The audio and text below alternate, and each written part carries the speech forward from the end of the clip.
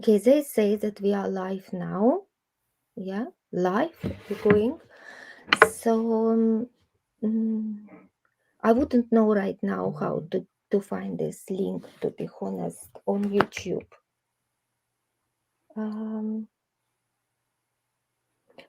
I got the message actually that we are live now, so that means people can find us if they want to. Let me have a look. Oh boy. Oh yes, people so far can find us if they want to. Good. Great. Who wants will find us. That's what I hope so. Okay, we start our interview based on the questionnaire on the website of socionics.com, School of Associated Socionics. And here with me is the omnitype answering the questions. So first will be general information. Can you tell me, please, general information about you, like your favorite subjects at school, what are you doing professionally, what have you studied, or do you want to study something, what people appreciate in you and what they're not happy about. And later on, we shall talk about your type and the history of typing. Okay? Okay. Please. Right. So how did we get into this mess to begin with? So basically, I'll start with just general information about myself. First of all, my favorite subjects, I'm very much into science, specifically neuroscience is something that I'm particularly interested in and have kind of devoted my career to. I'm also into astronomy. Um, I've kind of read a lot of books with sort of science themes. Like, I one of the first books I read was um, Stephen Hawking's. Um, I'm also kind of into mythology, Greek mythology. That's another big interest of mine. Um, what else? I've got so many interests that it's kind of hard to keep track, but psychology obviously is a big one. It's very interrelated with neuroscience. Philosophy has sort of been um, a big thing for me. I've really been drawn to like the existential schools of philosophy, stoicism. And in terms of hobbies, I mean, I guess other than reading about all these different topics, I play music. So I'm a musician. I write songs. I play guitar. I play piano. A bit of drums. I'm not that good at drums though. So where I study and work. So as I kind of mentioned, I'm, a research assistant for a neuroscience lab, and I'm really, you know, that's my passion. I mean, I don't think that I can really question that much, but um, yeah, I'm studying. Well, I've studied neuroscience, and I'm pursuing a career in that, and I guess I'd like to continue in that direction and maybe one day have my own lab where maybe I'd like to study consciousness. That's a big thing. I wouldn't really I wouldn't do what I guess Dario Nardi's doing, which is like studying personality in terms of the brain. I mean, that kind of is interesting, but not really my area. Um, so I guess my strengths are that, um, well, I'm pretty creative, I would say, especially in terms of songwriting and sort of coming up with different ideas. Um, I I'm usually good at like critical thinking and, you know, being able to problem solve and use sort of, um, yeah, critical thinking to break down problems. And that's kind of seen throughout philosophy and the hard sciences, which is in line with my interests. Um, a lot of people kind of, I guess, appreciate that I'm sometimes humorous, believe it or not. Um, so I think that ties into creativity. And I guess my other strong suit is just thinking of things in new ways. I mean, for me, I've worked on a lot of my own sort of writing where I'm discussing sort of very novel things and unique things that haven't really been explored before in philosophy and science. So I guess that's kind of my uh, strong suit. And usually people would criticize me. So my weakness, I guess, is basically I don't really have a good understanding of my own feelings, and I'm not very good at communicating them to people. So it's not that I necessarily don't know what I want.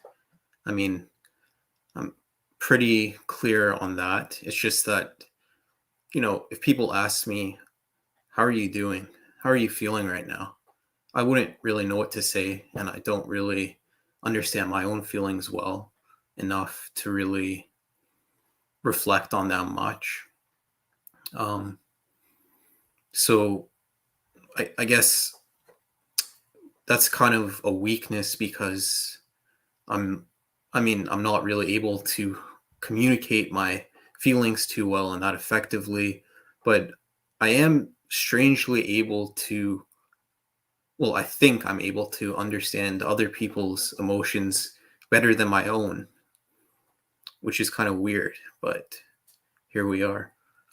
So yeah, I guess that's kind of my weakness. And this is something I haven't really mentioned before when I was speaking with Olga, but what do I think my personality type is or may be? Um, I'm,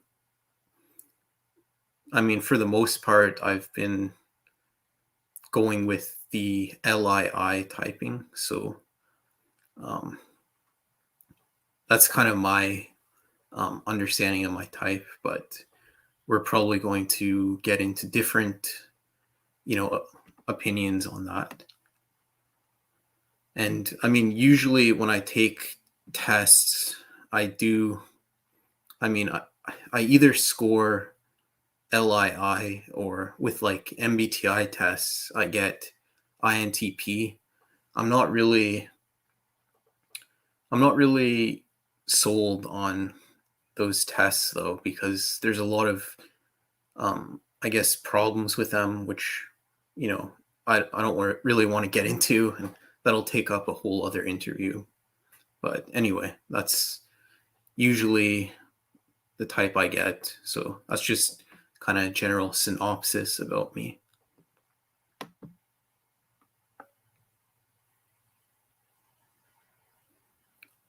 Okay. Thank you. That was very interesting. Now we are moving to discuss the functions. And the first part, we just consider in general Jung functions, logic, intuition. What is it exactly here? Yes, first we talk about logic, then ethics, intuition, and sensory. In general terms, yeah. So, and then you describe it and say distribution from the strongest function in you to the weakest. Right. Okay, so I guess to start off with logic, um, I would say that I'm pretty good at logic. I mean, I kind of mentioned earlier that I'm like one of my strengths is to sort of use critical thinking and to, I guess, really understand a problem or to figure something out. I believe that, well, I don't really believe, it's just kind of a natural inclination of mine to um, sort of figure out what's happening here and what makes the most sense. So I guess usually when presented with a problem or presented, with any kind of information, my natural inclination is to try to break it down and understand what's sort of happening here and sort of understanding, the mechanisms behind it, understanding, how things work, if things kind of line up, if they are consistent. So a lot of the times I'm pretty argumentative because I'm using critical thinking. I mean, I guess for a lot of feeling types, they might think that this comes off as very combative and that I'm trying to attack them personally. But it's really not like that. Like I'm not trying to hurt anyone's feelings. I mean, I do hurt people's feelings, but that's besides the point. I mean, I'm just trying to understand things, and I'm trying to, use logic to figure it out. Um, so I guess sort of contrary to that, I mean, it says that you might not always understand the reaction of people, which is kind of more of a feeling thing. But actually, I think that I do understand people pretty well. I mean, considering how hard it is to understand people, but I'm able to understand people's sort of motives and, what they might be experiencing. And I don't think it's because I'm using feeling as much, but it's because I'm actually, you know, I've studied like the brain, I've studied psychology, so I kind of have an idea already in my head about, what's going on. And uh, I'm basically using psychology to figure people out and make inferences through theory of mind and what have you. And I'm sort of using logic, as a tool to disseminate what's happening with those people. And it's not really just like, oh, I get the feeling that you're sad, so I'm going to respond a certain way. It's more so that, you know, I'll make sort of inferences about people and use logic to, I guess, figure out what's happening. And um, I guess that's pretty much, yeah, that's how I use logic to figure out people. Um, so in terms of ethics, not I'm not that strong with that. So I mean, I did mention that um, I'm able to figure out people and understand them. And I mean, I'd say I'm kind of a bit ambivalent on this one.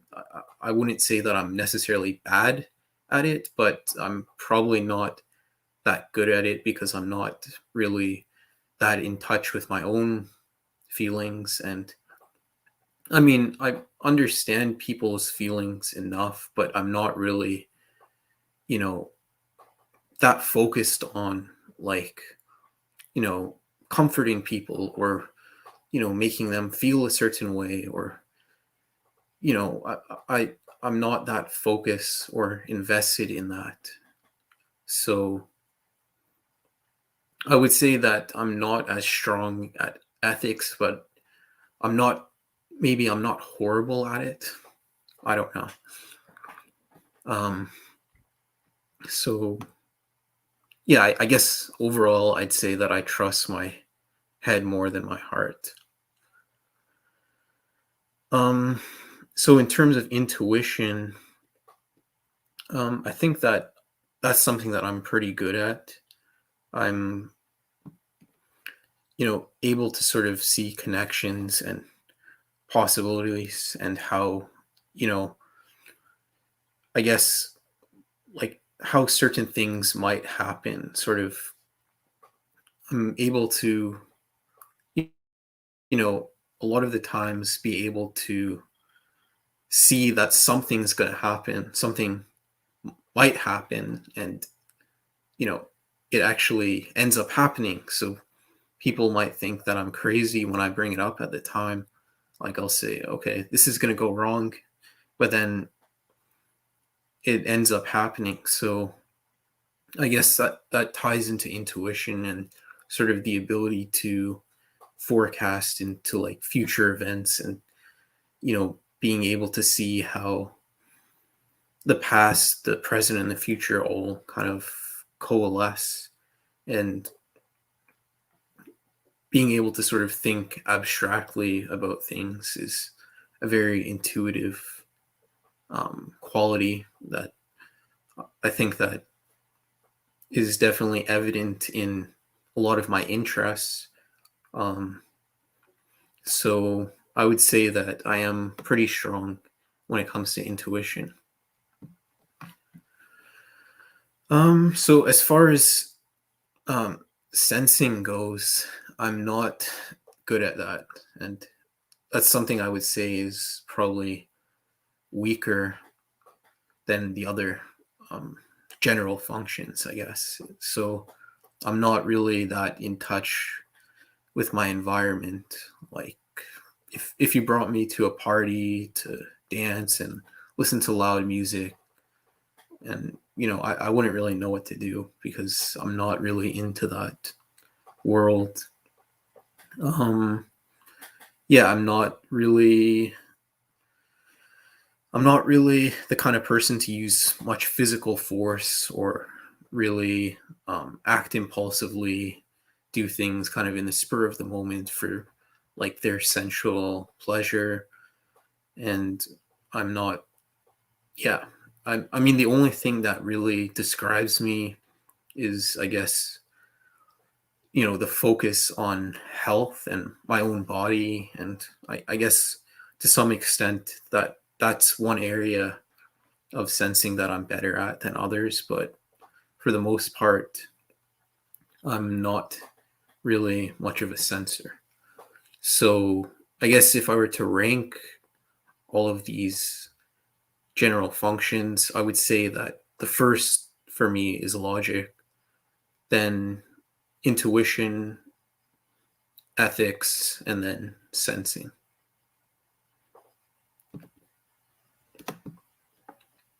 So yeah. Okay, very good. So now, although you describe pretty well, already yourself on these four functions, we would like to clarify a little bit, in terms of aspects, because I'm sure that people will be interested to know a little bit more. And uh, maybe some factual information, maybe some situation from your life you can add as well. So eight functions, and first functions we start with is extraverted ethics, and then will be introverted ethics. So I call extraverted ethics function of managing emotion, and introverted ethics a function of loyalty, Okay. something like that. Mhm. So I guess for extroverted ethics, I think that's probably, well, it's definitely stronger when compared to introverted ethics. I mean, I'm kind of understand people's feelings to some extent, and I mean, I don't really want to change people's feelings, so I would say that, um, I'm again kind of more in the middle. Like I'm not bad at it, but I'm also not good at it. Like I'm kind of understand, and can sort of pick up what people might be experiencing emotionally, but I don't really want to change it. And I don't really like to influence it in certain ways. And I don't really like to set the tone for certain emotional contexts, like, someone who's lead extroverted ethics would do. So, yeah, I guess to answer the question, I'm kind of not too sure with extroverted ethics. But for introverted ethics, I mean, I know that I suck at it. So I'm not really good at communicating my own feelings, and I'm not really, um, like, I don't really have, I guess, I mean, sometimes they say that it's like a function about values and, trying to focus on what you think is right for you. And um, that doesn't really describe me at all. So I'm not too good at that. Okay, let's have compare it with the functions of logics. Yeah, we have got extraverted logic, which I call function of managing objects, and introverted logic is a function of the validity of judgment. Of course, whatever aspects we describe, they support each other, but we still think maybe a bit more some of the aspect. Right. So for extroverted logic, I mean, so I guess describing it as sort of like a function of managing objects, I would say that, I'm still pretty good at that. Like I'm able to sort of look at the world and see what's more productive and what's more efficient. And I guess I'll see, I guess, what isn't really working and ways to sort of improve that. And I actually enjoy sort of figuring out how to improve things and improve systems and how to run them more efficiently. I mean, most of the time, do people listen to me? Not really, but I do see like the ways that certain things don't make sense in the world and how to sort of manage it better. So I think that I'm pretty strong when it comes to extroverted logic. As for introverted logic, um, I'd say that I'm also strong with that. So um, being able to, I guess, understand something very deeply and try to really figure out, the rules behind it and sort of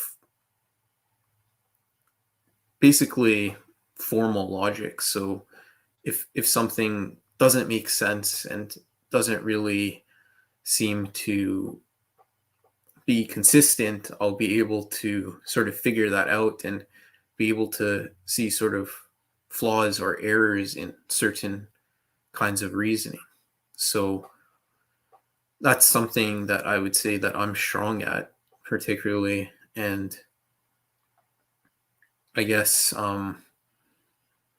like, uh, I guess in most scenarios, like, I'll be able to point out where something doesn't really make sense that other people don't really notice. So I guess a lot of people, like, I'm not saying I'm the only one who is strong at introverted logic, but I notice that a lot of times, um, the people that aren't, which I guess is technically the majority if you're not completely strong at it, is, they kind of take things more at face value, and they don't really question, does this make sense? Is this kind of internally consistent? Are there certain things and certain assumptions here that aren't really quite lining up? And I'm usually kind of the one to notice, okay, there's a critical flaw here that doesn't really add up. So I usually point that out, and people are like, okay, just go with it. Just go with it. Stop questioning things. Stop being so critical. But yeah, I would say that I'm pretty good when it comes to introverted logic. All right. So let's talk about sensory. Did you say that sensory is like neutral and the weakest function is feelings originally? Or did you say that sensory is the most weakest in you? Yeah, I'd say sensing is probably the weakest. Okay, so please tell me about the function of physical harmony. It is introverted sensing, and about extroverted sensing is object ownership function. How strong is ownership in you? Okay. Yeah, so I guess for introverted sensing, I mean, I don't really have like this whole system of, I'm not really the kind of person who has like this idea of what is aesthetically pleasing and how things should be laid out, and kind of, um, you know, having my house in like this perfect design and this perfect order that fits like this harmonious physical, um, understanding of, um, the world, or how it should be in terms of, um, your sensing preferences. But yeah, I mean, I kind of think of introverted sensing as like this homeostasis, which kind of does tie into physical harmony, but like trying to have like this order, or this way to, like, you don't want to have something too extreme where you have like this completely messy house where it's just completely in disarray and complete disorder, but you don't want to have it so like minimalistic that there's nothing there. So I feel like introverted sensing is the function of like balance or homeostasis, where it's like, okay, there's this kind of middle ground where, you have a house that has some things in it, but they're, in a certain order, in a certain place, that has this quality. And I think that goes for anything, really, not just your house, like what you cook, what, you know, you do, like how you exert your energy. And I mean, I don't really do that for everything, but I think it's something that I do use to a certain extent. Um, would I say that I'm good at it? Not really. I'm not the best with like understanding, you know, my physical well-being, and, um, what I want to put energy into, and how I sort of take care of like my health and my body, whatever. So I guess it's something that I am kind of, it's not totally unfamiliar to me, but I wouldn't say that I'm very good at it. So for extroverted sensing, um, I'm not really, I wouldn't say that I'm good at it either, because I'm not really too focused on like my surroundings and sort of, you know, exerting sort of physical control over my environment, and, you know, acting very quick and impulsively, and sort of doing things like right now, right in the moment, being sort of assertive with that, I guess, and being confident with my surroundings. And um, I'm not really someone who cares much about my appearance, I guess. I mean, I, I guess I can be aware of my environment to a certain extent. Like I'll notice things that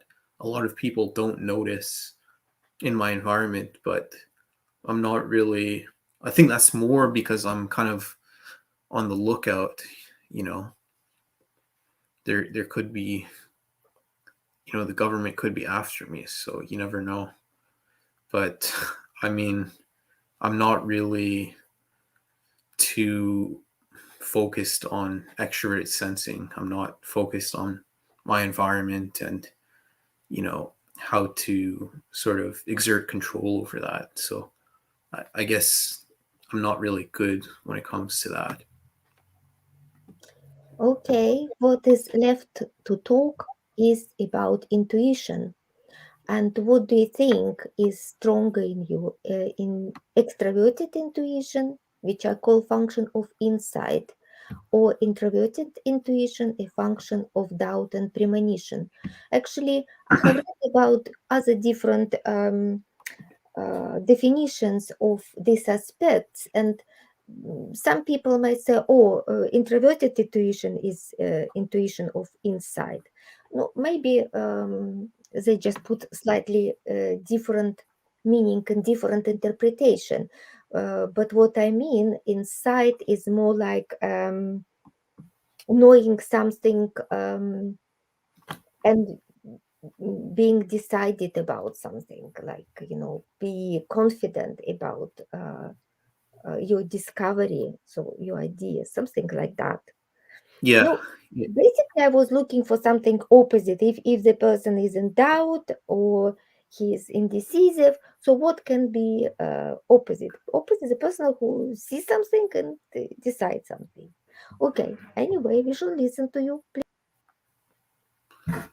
Okay. So, I mean, in terms of what's better, insight versus, um, you know, function of doubt and premonition. So, extrovert intuition versus introvert intuition. I mean, I think they're both pretty much strong. I mean, for extrovert intuition, I'm pretty much what you described as someone who gets excited over ideas and, you know, the possibilities, and sort of how one thing can sort of lead to another, and how, I guess, there's sort of new ideas and new possibilities that are exciting opportunities. Um, that's something that I generally do, and I'm generally good at, like, sort of brainstorming and thinking, um, in sort of creative ways. So I guess one sort of way I think of extroverted intuition is sort of convergent. Sorry, I might be mixing this up, but convergent thinking being like, you know, brainstorming a million ideas, whereas divergent thinking is like you think of one. So that's something that I generally am good at, and usually am more creative when I have those kind of flow of ideas coming. But at the same time, I'm not like bouncing around with so many ideas that I'm gonna just get lost and not be able to, like, actually narrow in on one of them. So in terms of introverted intuition, I think that I'm also pretty good at it because I'm, you know, very good at sort of, like, you mentioned it being like a what if function, trying to understand, like, what if this. So just understanding like the outcomes of situations and trying to think of like how different events unfold from the past to the future. Sort of see things in very abstract ways, and I really focus a lot on like I guess different ways of sort of seeing things that are, sort of not like your surface level.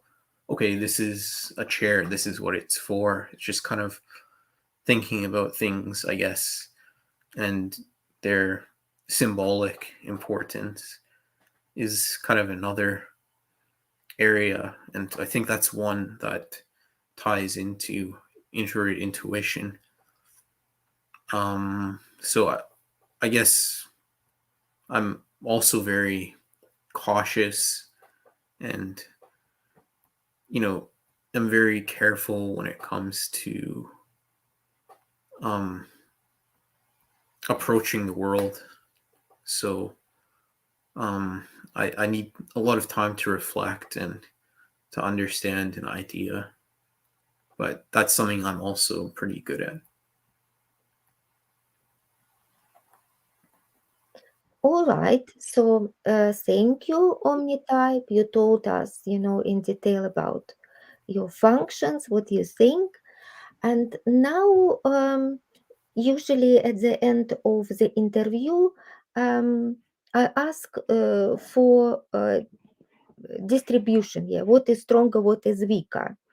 And you said to me earlier that you believe that logics is the strongest function, Mhm. intuition is second, then we have got feeling, and the weakest is sensory.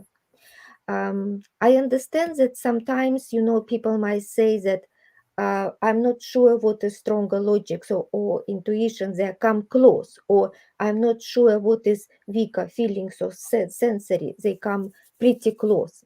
That may happen.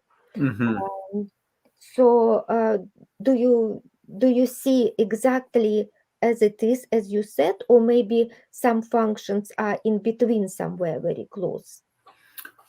Yeah. So, in terms of general functions, I would say that thinking and intuition are pretty close. Like, I wouldn't say that they're necessarily tied, but if someone were to suggest, like, if you said intuition is actually stronger than thinking, then I probably wouldn't disagree with you because they're still pretty much up there, and I kind of gave them all like a strong rating on your questionnaire. So yeah, I would say that they're pretty close.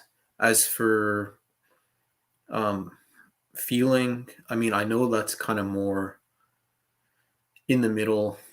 Like, it's not good, but it's not as bad as sensing. All right, so good. So feeling is more like neutral, and then sensory is really weak, and you feel it.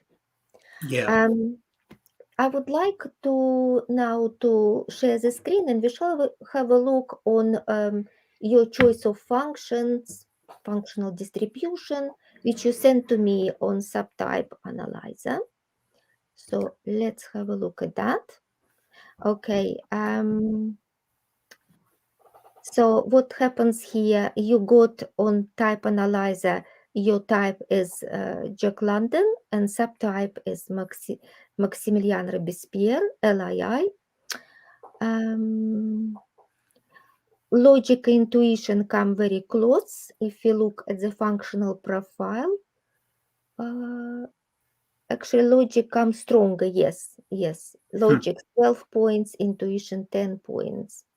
Then type of energy, it came out that ego is the strongest energy type, and then comes super ego, 8. And then we have got psychodynamic profile, and on psychodynamic profile, we have got uh, discrepancy or inconsistency, yeah? Because dynamics came quite strong. Um, Hmm. Rationality, dynamic and rationality suggests actually ego. That's how you got into extraverted energy type ego. And introversion, extraversion, the same. That's what happened.